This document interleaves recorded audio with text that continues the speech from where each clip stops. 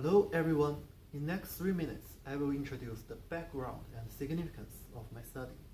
The topic of my study is nitrogen rate required for newly sorted and established Bermuda grass fertilized by slow-released and soluble fertilizers. Typically, 419 Bermuda grass is a warm season grass.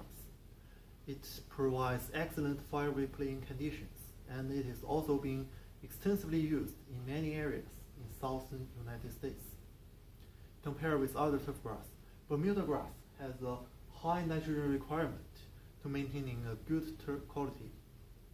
However, nitrogen rates of Bermuda grass has not been well investigated in University of Florida. The U.S. recommendation of annual nitrogen fertilization Bermuda grass in South Florida is obtained based on observation rather than published research. So the annual nitrogen rate for Bermuda grass needs to be studied to figure out if it is higher than necessary. Over-fertilization may cause a waste of time and money, and also it may cause a higher rate of nitrogen leaching.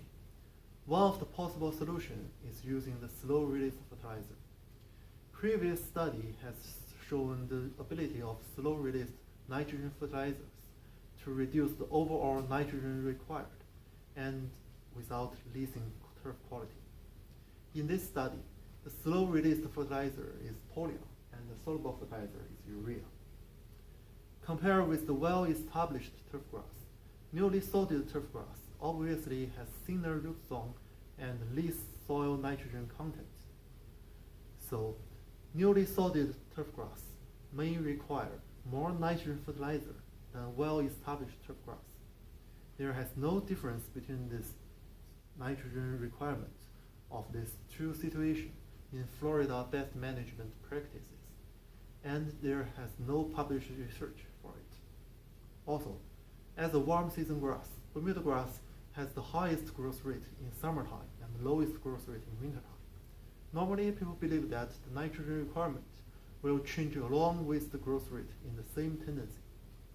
However, there is a unpublished research on Kaiyuan grass shows that the nitrogen rate requirement was roughly lowest in summertime and highest in wintertime. This performance needs to be investigated.